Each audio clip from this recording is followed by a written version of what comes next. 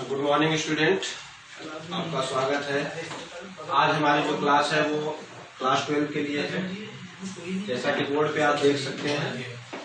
और हमारा ये 3rd क्लास है इसमें। तो जैसा कि पिछली बार हमने जो चर्चा की थी उस पर थोड़ा सा रिवीजन करते हैं हम लोग हर बार हर वीडियो में। यहाँ थोड़ा सा रिवीजन करेंगे। चैप्टर का नाम है जीवों में जनन। हमने बात की है जनन किसे कहते हैं, फिर हमने बात की कि जनन कितने प्रकार का होता है। हमने अलैंगिक जनन की बात की, हमने लैंगिक जनन की बात की। इस समय हम लोग जो चल रहा है वो हमारा है लैंगिक जनन। और हमने बात की है कि लैंगिक जनन में 3 भाग है।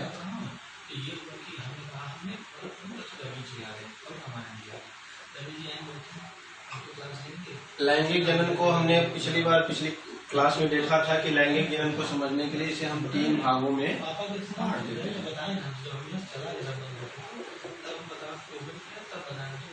निषेचन, पूर्व घटनाएं,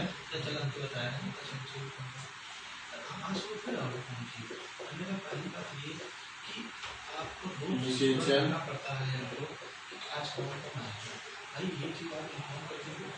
निषेचन,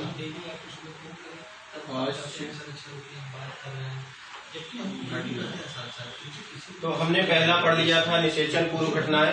निषेचन पूर्व घटना में हमने देखा था कि 2 प्रोसेस शामिल किया गया है, युग्मक जनन और दूसरा युग्मक का स्थानांतरण। फिर हमने बात की थी निषेचन में हमने बात की कि यहाँ पे मेल गैमेट और फीमेल गैमेट का फ्यूजन होता है, यानी नर युग्मक और मादा युग्मक मिलने की प्रक्रिया को निषेचन कहते हैं। निषेचन के बाद जब ये दोनों बनेंगे तो एक कोशिका बनती है जाइगोट, जिसमें हमने बात की थी। अब हम आज बात करने वाले हैं निषेचन के प्रकार।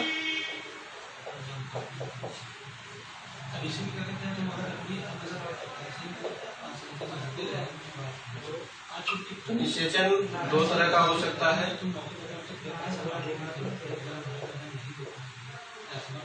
बाह्य निषेचन और अंतः निषेचन।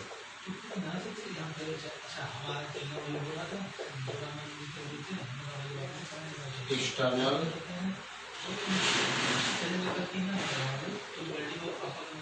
फर्टिलाइजेशन, इंटरनल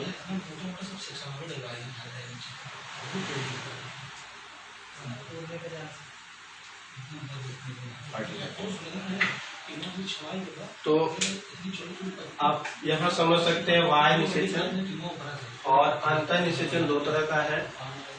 तो निषेचन जहाँ क्लियर है कि नर युग्मक और मादा युग्मक के मिलने की प्रक्रिया को निषेचन कहते हैं और निषेचन के दौरान जाइगोट का निर्माण होता है। अगर बाह्य निषेचन को हम डिफाइन करें तो बाह्य निषेचन एक ऐसी प्रक्रिया है जिसमें नर युग्मक और मादा युग्मक का जो संयोग होता है, जो मिलन होता है, वो जीव के शरीर के बाहर होता है। यानी निषेचन जो युग्मक होगा वो उसके शरीर के बाहर होगा। तो इस प्रक्रिया को हम बाह्य निषेचन कहते हैं। जैसे जंतु में सबसे फेवरेट एग्जाम्पल है मेढक का। मेढक क्या करता है, अपने स्पर्म और जो मेल मेढक है वो अपना स्पर्म और जो फीमेल मेढक है वो अपना ओवन यानी अंडाणु और शुक्राणु दोनों जल में छोड़ देते हैं और वहां पे निषेचन हो जाते हैं। बहुत सारे पौधों में भी इस तरह का निषेचन देखा गया है। तो अगर बाह्य निषेचन ज्यादातर ये देखा गया है कि जल में होता है। तो अगर किसी जीव के शरीर के बाहर निषेचन होता है तो उसे हम बाह्य निषेचन यानी एक्सटर्नल फर्टिलाइजेशन कहते हैं। और अगर निषेचन जीव के शरीर के अंदर हो, यानी जो स्पर्म, जो शुक्राणु और अंडाणु या मेल गैमेट और फीमेल गैमेट का जो फ्यूजन है वो जीव के शरीर के अंदर हो, तो उसे हम कहते हैं इंटरनल फर्टिलाइजेशन। जैसे कि मानव के केस में, मनुष्य में जो फर्टिलाइजेशन होता है वो इंटरनल होता है। बहुत सारे पौधों में भी इस तरह का निषेचन देखा गया, जैसे ज्यादातर पुष्पी पादपों में।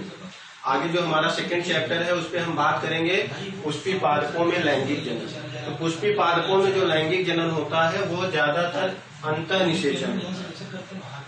तो यहाँ 2 बातें क्लियर है कि जो मेल गैमेट और फीमेल गैमेट के फ्यूजन मिलने के आधार पे, कि वो शरीर के अंदर अगर मिलते हैं तो अंतः निषेचन, शरीर के बाहर मिलते हैं तो बाह्य निषेचन होता है। तो ये आपको समझ में आ गया होगा। अगला जो हमारा टॉपिक है वो है निषेचन पश्च घटनाएं। पश्च का मतलब होता है बाद में, यानी निषेचन के बाद जो घटनाएं होती है उन्हें हम निषेचन पश्च घटनाओं में शामिल करते हैं। तो हमारी जो तीसरी हेडिंग है वो है निषेचन पश्च घटना, यानी जो भी फिनोमेनन हो रहा है, जो भी घटनाएं होती है वो निषेचन के बाद। तो निषेचन के बाद जो घटना होती है तो सबसे पहला होता है युग्मनज का निर्माण।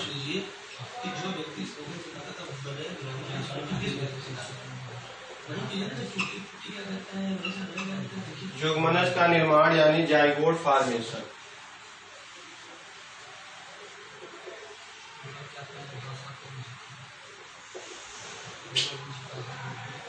तो आप बार बार हम इस शब्द की चर्चा करते हैं, इसको हिंदी में युग्मनज कहा जाता है। जब मान लेते हैं male gamete plus female gamete equal to zygote.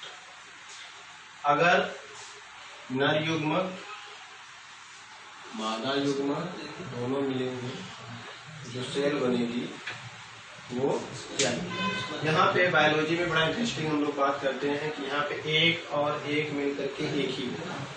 Math में आपने देखा है कि 1 + 1 2 होता है, बट यहाँ पे एक कोशिका, ये मान लेते हैं ओवम, एक सेल ये है और एक सेल ये है और ये भी क्या है, एक ही सेल। तो दो सेल मिलकर के एक ही सेल बनेंगे। और इंटरेस्टिंग बात तो ये है कि पृथ्वी पे समस्त जीव, जितने भी पृथ्वी पे जीव हैं, उनका विकास एक कोशिका इसी जाइगोट से होता है। चाहे वो मनुष्य हो, चाहे पेड़ पौधे हो, कोई भी जंतु हो, अगर वो लैंगिक जनन कर रहा है तो लैंगिक जनन करने के दौरान सबसे जो पहली सेल बनेगी वो बनेगी जाइगोट। अब आप देख रहे हैं कि हम कह रहे हैं एक ही सेल है, तो और हमारे शरीर में सेलों की संख्या अनगिनत है जिसे हम काउंट नहीं कर सकते।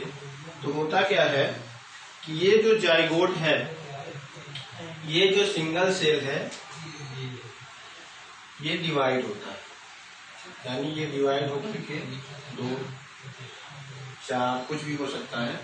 तो ये बार बार डिवाइड होता है और डिवाइड होने के बाद जिस भी जंतु का रहेगा उसी हिसाब से वो आगे बदलता रहेगा।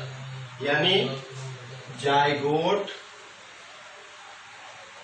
जो है बाद में न्यू बेबी में कन्वर्ट हो जाता है। लेकिन जब हम बात करते हैं तो इस जाइगोट से लेकर के न्यू बेबी तक बनने के बीच एक और प्रक्रिया का अध्ययन हम करते हैं जिसे हम कहते हैं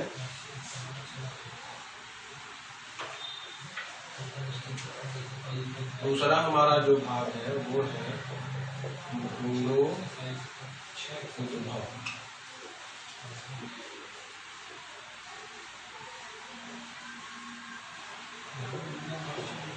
एम्ब्रियोजेनेसिस, इंग्लिश में बोलते हैं एम्ब्रियोजेनेसिस, यानी भ्रूणो उद्भव। एम्ब्रियो शब्द शायद आपने सुना होगा। ये जो एम्ब्रियो होता है वो जाइगोट से बनता है। यानी अगर इसको हम डिफाइन करें तो जाइगोट से एम्ब्रियो का बनना, यानी भ्रूणो उद्भव वह प्रक्रिया है जिसके दौरान जाइगोट विभाजित होकर के और विभेदन के द्वारा, पुनर्विभेदन, ये सब हम 2-3 शब्द हैं जैसे आपका हमने 11 में चर्चा की है। विभेदन, सेल डिवीजन, कोशिका विभाजन और पुनर्विभेदन। तो जाइगोट डिवाइड होकर के और डेवलपमेंट कर करके एम्ब्रियो बनता है। तो जायगोट से एम्ब्रियो बनने की प्रक्रिया को ही क्या कहते हैं, भ्रूणोद्भव कहते हैं। तो जहां लैंगिक जनन होता है वहां पे भ्रूण का बनना, यानी हम ये कह सकते हैं कि यह भ्रूण ही आगे चल करके नया बेबी बनेगा, नया संतान बनेगा। नेक्स्ट चैप्टर में जब हम चर्चा करेंगे तो इसके बारे में विस्तृत बात करेंगे कि भ्रूण का विकास कैसे होता है। भ्रूण अलग अलग, उसमें प्लांट में अलग तरीके से डेवलपमेंट होगा, एनिमल में अलग होगा। तो ये एक तरह से कह सकते हैं कि ये भ्रूण उद्भव का मतलब होता है भ्रूण बनने की प्रक्रिया। और भ्रूण बनता है जायगोट से। जायगोट बनता है जब मेल गैमेट और फीमेल गैमेट का फूजन होता है। तो इस तरह से हम देखें तो जो लैंगिक जनन है वो 3 चरणों में पूरा होता है। निषेचन पूर्व घटनाएं, निषेचन और निषेचन पश्च घटनाएं। निषेचन पश्च घटना के बाद क्या होता है कि एक पूरे संतति का निर्माण हो जाता है और तरीके अलग अलग हैं।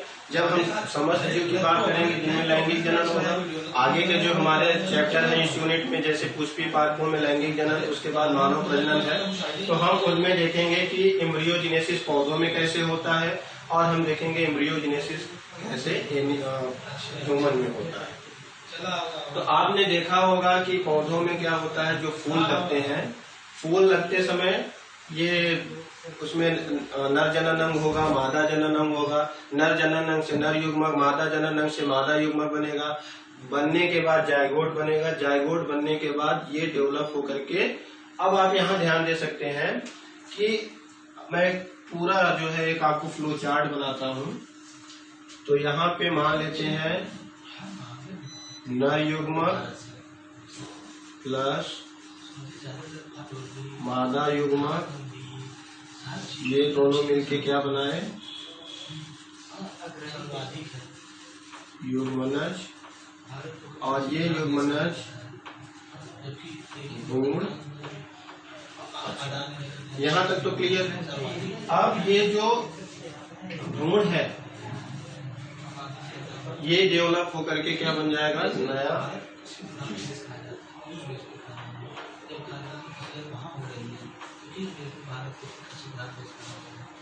और ये आपको पता है नर युग्मक कहाँ से बन रहा है, नर जनन अंग से। मादा युग्मक कहाँ बन रहा है, मादा जनन अंग से।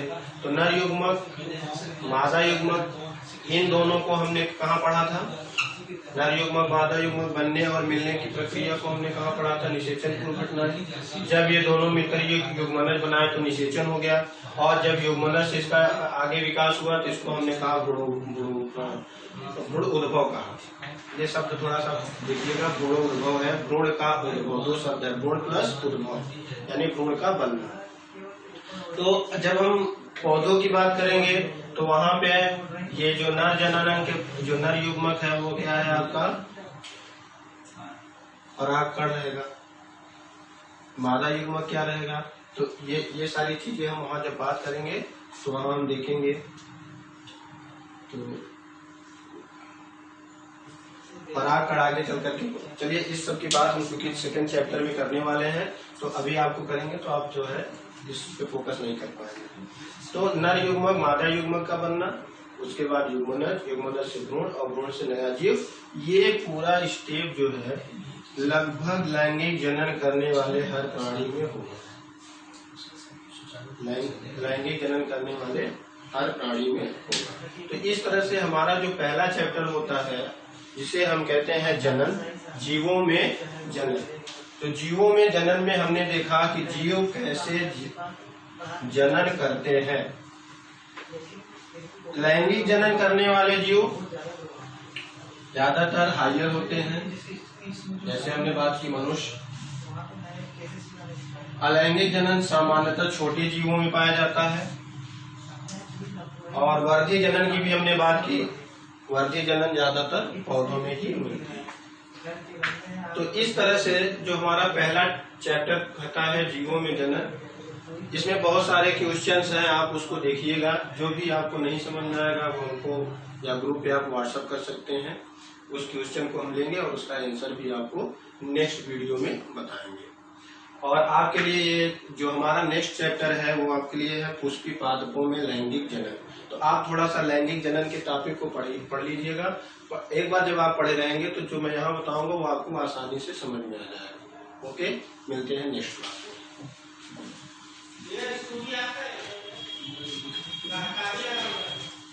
क्या होगा? 2 वीडियो हो जाएगा नहीं सर? अच्छा, एक चीज इसमें जो छूट गया है पूरे चैप्टर के दौरान, वो हम बात करेंगे कि जब लैंगिक जनन होता है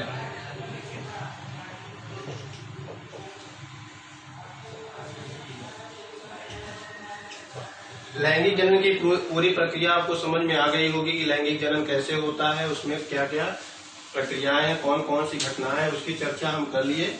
उसके दौरान एक जो छोटा सा पॉइंट हमारा छूट गया था, जैसे बात हम करते हैं किसी भी जीव के जो जीवन अवधि होती है,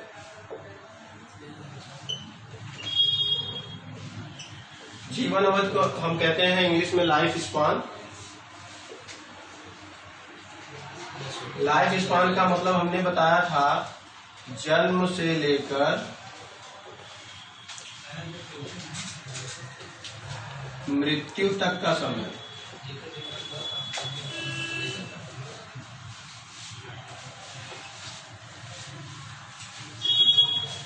जन्म से लेकर के मृत्यु तक के जो समय होता है उसे हम कहते हैं जीवन अवधि। अलग अलग जीव का अलग अलग जो है लाइफ स्पान होता है।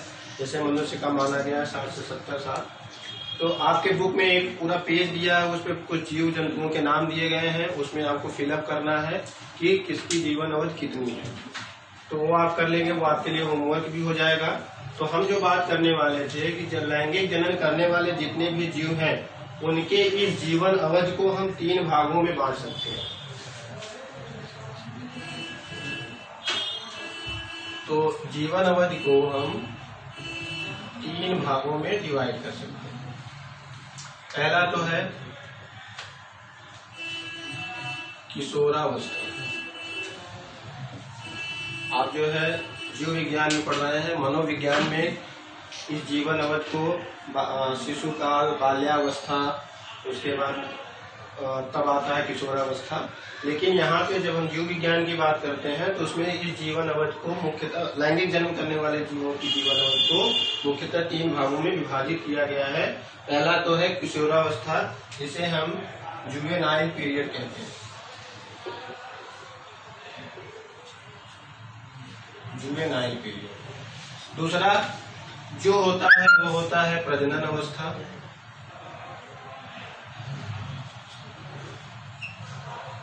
रिप्रोडक्टिव पीरियड या रिप्रोडक्टिव फेज। और जो तीसरा होता है वो होता है वृद्धावस्था।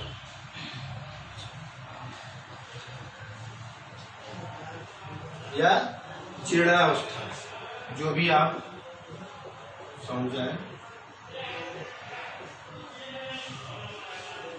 तो जो लैंगिक जीवन अवधि है उसको 3 भागों में बांट दिया गया है, किशोरावस्था, प्रजनन अवस्था, वृद्धावस्था या जीर्णावस्था। अब जब किशोरावस्था हम किसे कहेंगे, प्रजनन अवस्था किसे कहेंगे और वृद्धावस्था किसे कहेंगे। जब हम बात करते हैं किसी जीव में लैंगिक जनन, तो ऐसा नहीं है कि वो बेबी हुआ और तुरंत प्रजनन करना शुरू कर देगा। उसमें जो है प्रजनन योग्य कुछ विशेष संरचनाओं का निर्माण होता है। जब तक विशेष संरचनाएं मैच्योर नहीं हो जाएंगे, परिपक्व नहीं हो जाएगा, तब तक उनमें प्रजनन की कैपेसिटी नहीं होती। तो हम यहाँ बहुत सिंपली समझते हैं कि किशोरावस्था किसी भी जीव की वह जन्म से लेकर के प्रजनन अवस्था के पहले तक का जो समय है, यानी वो प्रजनन करने योग्य जब तक नहीं होता है, उसमें प्रजनन करने की क्षमता जब तक नहीं आती है, तो जन्म से लेकर के प्रजनन के अवस्था के पहले तक की जो अवस्था होती है वो उससे कहते हैं किशोरावस्था। किशोरावस्था के दौरान अब ये तो उनके जन्म से क्लियर हो जाता है मेल है कि फीमेल है, बट उनमें प्रजनन करने के लिए कुछ योग्यताओं का होना जरूरी है, जिसको हम आगे चैप्टरों में देखेंगे कि पौधों में क्या है और जंतुओं में क्या है। तो यहाँ केवल इतना हमको ध्यान देना है कि किशोरावस्था जन्म से लेकर के प्रजनन अवस्था के पहले का जो समय है उसे हम किशोरावस्था कहते हैं। जब कोई भी जीव के अंदर प्रजनन करने की कैपेसिटी डेवलप हो जाती है, यानी वह उस अवस्था में पहुंच जाता है जब वो प्रजनन कर सकता है, तो उसको हम बोलते हैं प्रजनन अवस्था। यानी प्रजनन अवस्था के दौरान उसमें जो भी लक्षण होते हैं वो पूरी तरह से डेवलप हो जाते हैं। और उसके बाद एक स्टेज आती है जब उनमें प्रजनन करने की क्षमता समाप्त हो जाती है। तो जब प्रजनन करने की जब क्षमता समाप्त हो जाएगी तो उसको हम कहते हैं जीर्णावस्था या वृद्धावस्था कहते हैं। यानी अब वो उसमें जनन करने की क्षमता नहीं रह पाएगी। तो लैंगिक जनन में आपको समझ में आ गया होगा कि लैंगिक जनन के लिए सबसे इम्पोर्टेंट स्टेज क्या है? प्रजनन अवस्था। तो प्रजनन अवस्था तक पहुंचने के लिए किसी जीव को पहले उसको डेवलप होने में टाइम लगता है। ये जो टाइम लगता है वो अलग अलग है। किशोरावस्था का जो चरण है हर जीव में अलग अलग होगा। उसके ये किशोरावस्था, प्रजनन अवस्था, वृद्धावस्था की जो भी अवधि है उसी पे ये जीवन अवधि के आधार पे निर्धारित होगा। अब मान लीजिए किसी की जीवन अवधि जो है 1 साल का है, 1 साल में उसे तीनों अवस्थाओं से गुजरना है, तो उसकी किशोरावस्था कम होगी, उसकी प्रजनन अवस्था कम होगी। जैसे अब हम सबसे बेस्ट एग्जाम्पल आपको मनुष्य का लें, तो मनुष्य में किशोरावस्था को निर्धारित किया गया है कि जन्म से लेकर के 12 से 13 साल तक उनकी किशोरावस्था होती है। उसके बाद उनमें प्रजनन की क्षमता आ जाती है। तो ये 12 से लेकर के करीब 50 से 60 साल तक की अवस्था को प्रजनन अवस्था कहते हैं। उसके बाद की जो स्टेज आती है उसे वृद्धावस्था या जीर्णावस्था कहते हैं। तो एक प्रश्न आपके बुक में दिया हुआ है कि इन तीनों को डिफाइन करिए और इन तीनों में क्या अंतर है, तो आप आसानी से इस क्वेश्चन को कर लेंगे। तो अब हम जो है, चूंकि बीच में थोड़ा सा इंटरप्शन आ गया था, अब हम लोग वीडियो समाप्त करने से पहले पूरी का सारांश देख लेते हैं। आपके बुक में भी सारांश लिखा हुआ है। तो हम जानते हैं कि सबसे पहले हमने देखा जनन किसे कहते हैं। तो किसी भी जीव में अपने समान संतान उत्पन्न करने की क्षमता को जनन कहते हैं। जनन के अलग अलग विधियां हैं। तो जनन की 2 विधियां हैं, अलैंगिक जनन और दूसरी विधि है लैंगिक जनन।